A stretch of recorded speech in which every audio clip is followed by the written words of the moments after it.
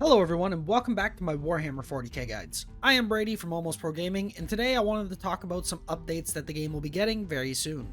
With the new chapter approved announced just around the corner, this means we will be getting some new missions for competitive play alongside some new and improved secondary choices for those missions. So today I figured I'd go over this article with you guys and give some of my thoughts on what they say is being changed.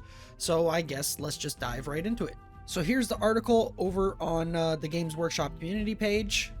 And yeah, your match play games are about to get a lot more competitive. Here's how. The upcoming Grand Tournament Mission Pack 2021 is bringing a host of changes to match play events. As one of the key ways to earn victory points and pull ahead in your games, secondary objectives have received a lot of scrutiny this time around.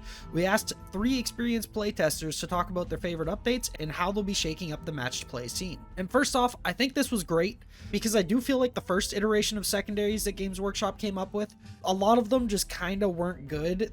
They weren't very practical. Like, it felt like they came up with like 5 good secondaries and then just kind of threw in a bunch of other ones as like an afterthought, just because they knew that they needed more than 5 secondaries to give it the appearance that there was actually like choice when it came to your picking secondaries. In the beginning of 9th edition, it was While We Stand We Fight, Engage on All Fronts, and Deploy Scramblers as the most popular and efficient secondaries to take every single game. While We Stand fell off a bit though after it was nerfed to be the most expensive units instead of your most expensive models, so it became much more niche and only worked for armies with very durable, large units that you could protect. As for Engage on All Fronts, this secondary is still picked a ton. It's probably one of, if not the most picked secondary in competitive play, and when it's not picked, the only secondary this is usually ever sometimes replaced with is Domination, but even then, that's only in missions that have an odd number of objectives, since it's much easier to accomplish that way. And Deploy Scramblers was usually only ever replaced by Raise the Banners when it was replaced, but that's only when you had a good army that could easily defend those objectives with a durable screen. Otherwise, Scramblers was the more optimal choice in most cases, especially because it synergized incredibly well with Engage on All Fronts, which again, one of the better and more efficient secondaries to take with most armies in the game. Other than those 5 secondaries, there really isn't any other good practical options or combinations you could expect to do well with in every game against every army. And on top of that, when it came to the kill stuff secondaries, like Bring It Down, Assassinate, and Thin Their Ranks, it felt like certain armies, pretty much elite infantry spam armies, could scoot under the radar of these secondaries and make it impossible to pick any kill stuff secondary that would do well against them. So for a while now, I felt that there needed to be more secondaries that could be picked against elite infantry spam armies, so that way no army can scoot under the radar of the kill stuff secondaries. So yeah, changes were kind of needed, so I'm glad that they're overhauling the secondary choices for this chapter approved. Mike Brandt, who's one of the 3 playtesters that they mentioned, he says that the Grand Tournament 2021 Mission Pack focuses on the core secondary objectives, replacing some and bringing a greater degree of parity? I don't think I've ever seen that word before, but parity throughout the various categories. Overall, it represents a different type of change from the first turn mechanic-centric ones we've seen in the January mission update. Of particular note, there were quite a few secondaries that were difficult to achieve from a timing perspective, despite being interesting choices. An example of this is the change from Investigate Sites to Investigate Signal. Previously, Investigate Sites could only begin at the end of your movement phase if the center of the battlefield was devoid of enemy units. This presented a real problem. As long as your opponent got at least one model within 6 inches of the center on your turn, you could never score it, since you generally can't destroy enemy models before the end of your movement phase. Now you can start to perform the action if the enemy units are within 6 inches, and score if you clear the center by the time the action completes at the end of your turn. These sorts of changes can appear subtle, but they have a major impact on the breadth and depth of scoring opportunities presented across the game.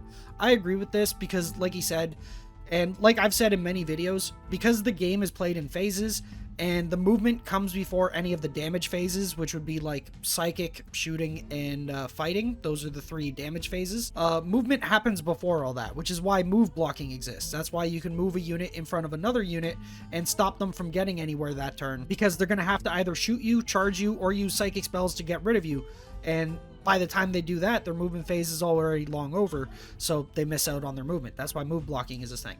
So in Investigate Sites, like Mike mentions, Investigate Sites was bad because your movement phase happens before you can actually do damage. So if your opponent happened to walk in on your turn, if you go to investigate the site, well, it doesn't matter. Your opponent has a unit in the middle of the board and there's nothing you can do about it unless you have one of those obscure stratagems that allows you to do mortal wounds in your movement phase. Something like Drukhari with their Reavers, or the Hellions. They have a stratagem to fly over something and do mortal wounds to it. But without obscure stratagems like that, Investigate Sites was essentially useless. So now that they're having it so that you can still perform the action at the end of the movement phase, but it doesn't finish until the end of your turn, which means it allows you to have your psychic phase, shooting phase, and fight phase in order to remove those units. That makes it a hell of a lot better, and now it actually has a chance of being picked up as a secondary in actual competitive games. Nick Nanavati, who, by the way, if you guys don't know, this guy's a world champion. I respect him a lot. I've met him in real life. He's a pretty cool dude, and yeah, so let's see what he has to say. With the new rules update comes the opportunity to explore fresh strategies, tactics, and unit choices. One of my favorite changes is the new secondary objective, No Prisoners, which replaces Thin Their Ranks. No Prisoners counts the wounds characteristic of destroyed models as long as they aren't a vehicle, monster, or character. This gives so many options when fighting against the tougher armies out there like Adeptus Custodes and Death Guard, which offer more kill points for each model removed from the table. And what he brings up here, I think, is part of the reason why elite armies were doing so well in the meta, is because it was really hard to pick secondaries against elite armies. Because, like, you can't take Thin Their Ranks because they don't have that many actual models, so you're not going to get that many kill points for them. If they're spamming infantry, they don't have vehicles, so Big Game Hunter isn't going to work there. If they only have like 3 characters, then Assassinate is alright. You could potentially get 9 points, but usually you'll get like 3 or 6. That's usually the average you'll get if someone has 3 characters and they know how to play the game well. So yeah, other than that, there was nothing really to kill elite armies. And now with this here, because you're going to get points per wound that they lose, or that's going to add up to a certain tally, and then depending on that tally, that's how many points you'll get. Like, so for every 10 wounds you destroy, that's 1 point or something like that.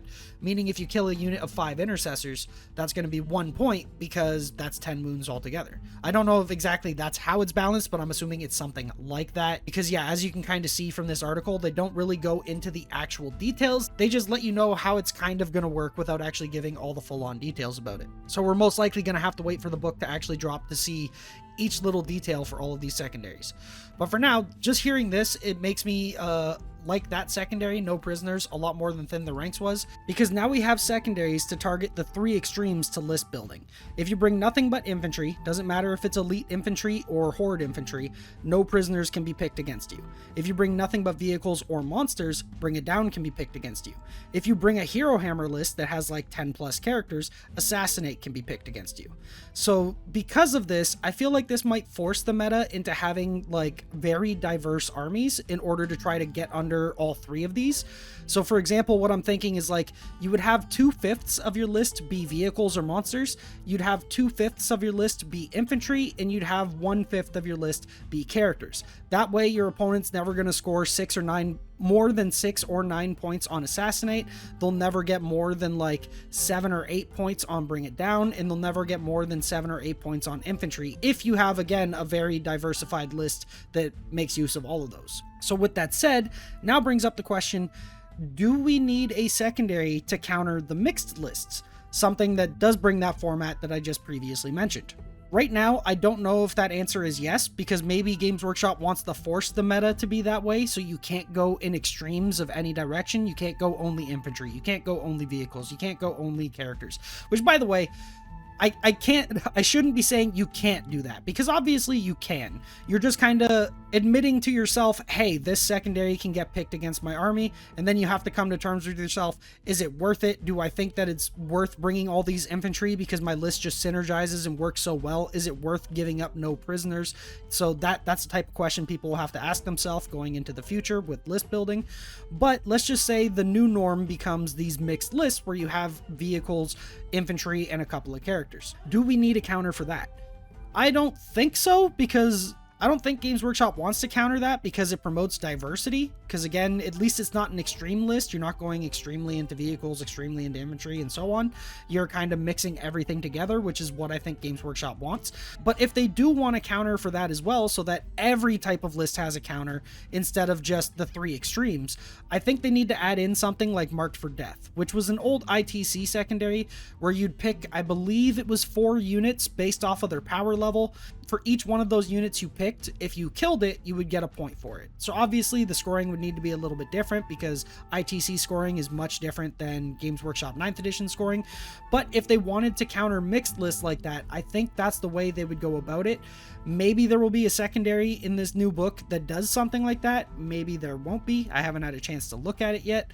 But yeah, if they wanted to counter literally every type of list you can build and have a kill something secondary to go against every one of those lists, that's how I would do it, is I'd bring back Marked for Death.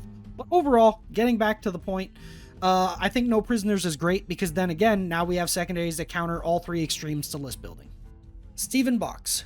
The new Grand Tournament 2021 mission pack has some incredible changes, upgrades, and new rules that will bring about more competitive and balanced games. In particular, this update helps those armies that don't yet have their own secondary objectives by giving them much better options within the main core rules, which I think is really huge.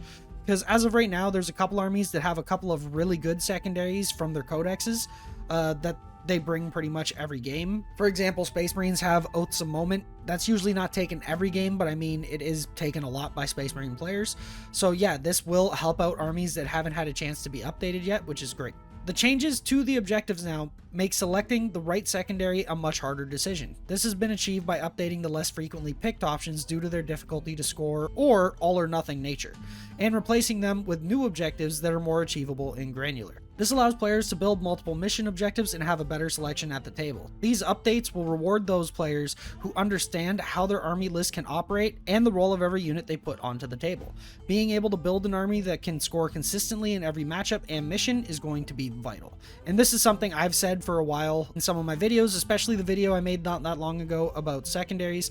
Usually you build your list around secondaries, and with this update, I don't think that's going to be any different. I think with the new secondaries, especially if there's more viable ones, instead of just picking 3 that your army's good at, you're probably going to want to pick like 4 or 5, maybe even 6 different secondaries that you can build around. So that way, depending on what you're up against, you can bounce between all of those secondaries because you know your list is capable of achieving those missions. So yeah, other than that small change, I think it's still going to be the same where we're going to build our list based off the secondaries, which is why, again, with what Nick said earlier, is going to be interesting to see how the meta develops, because there is a chance now that playing half vehicles and monsters and half infantry is going to be the way to go now, which will be pretty interesting to see. A mix of mobile infantry units, objective secured troops, and units that can be used to remove their opponent from their objectives through combat are all key to victory. The new No Prisoners and changes to bring it down also mean characterful armies made up of Tyranid monsters, Astra Militarum tanks, or Orc vehicles are more viable, so might start to see more of these on the table as the meta adjusts. I don't think we will, based off of other things, but who knows? I haven't seen these changes, so maybe they are good enough for these things to start being viable again. But Orc vehicles, I don't know, some Orc vehicles are pretty good. Astra Militarum tanks, I think a couple of them are good, and Tyranid monsters are pretty good. But I do think that all of these things do need an update for 9th edition, to be honest. They're still kind of held back, in my opinion, off of 8th edition rules, and they definitely need some updates to be able to keep up with some of the newer stuff like AdMech. AdMech is so good right now. Look out. Speaking of which, I should have my AdMech video out pretty soon. I've been playing a lot of games with it, testing some stuff, and yeah, they're really good. Anyways, moving on. Oh, and I guess that's it. So yeah, I guess it's just a small little article telling us that they have revamped the secondaries and added in new ones, which I think is great. The game, even though it hasn't been all that long, it did feel like secondaries and the game in general was kind of getting a little bit stale when it came to picking your secondaries, because again, there was only like 4 or 5 that people would pick every single game, and it didn't feel like the game was too diverse, at least when it came to missions and picking your secondaries. It felt like everybody was doing the exact same thing because it was obviously the optimal way to play, because there were just so many secondaries that just weren't that good. So yeah, this is exciting. I can't wait to see what's in this book eventually when I do get my copy of it. And when I do, I am most likely going to do a full-on review for it on the channel, so keep a lookout for that. And yeah, I guess that's pretty much it. I'm very excited to see how this turns out and how the meta will change once this book does come out. I am interested as well. They don't mention anything about it, but I wonder if they're going to change up how primary scoring works as well, or even give some variations to that. I was talking to a patron about it earlier today, and he was saying he's kind of already bored with the way primaries work, and I can agree and disagree, but I think primaries, I feel like they're already balanced. The primaries are already pretty good the way they are. I've never had a problem with primaries in this game, except for maybe the person going second, which is why I'm glad they changed the final turn of the game to be in favor of the person going second. But with that change, primaries seemed pretty decent and balanced. The only problems that I had with the game so far is, well, obviously, other than certain codexes needing to be updated because they're just kind of left in the past.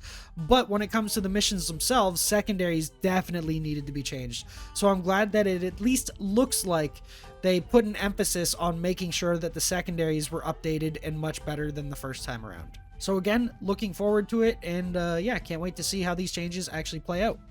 With that said, I'd love to know your guys' thoughts on these changes as well. If you want, put them down in the comments. I still read every comment that's on my videos. So yeah, I would love to know your thoughts on it. And I guess that's it for now. So yeah, thanks for watching the video. I hope you enjoyed it. It's not really a long one, just a quick one to get out there while I'm still working on my AdMech review, which should be out sometime this week. So yeah, stay tuned to the channel for that. Speaking of which, subscribe to the channel if you haven't already. I would greatly appreciate it, especially if you like the content. If you want to see more content, then feel free to subscribe. Hit the like button if you enjoyed the video. Leave a comment if you would like to share your thoughts with me, and I'll reply if I have the time. And yeah, that's pretty much it. Thanks to all my patrons for supporting me as well to allow me to make videos like this. And yeah, I guess I'll see you guys in the next video. Happy wargaming.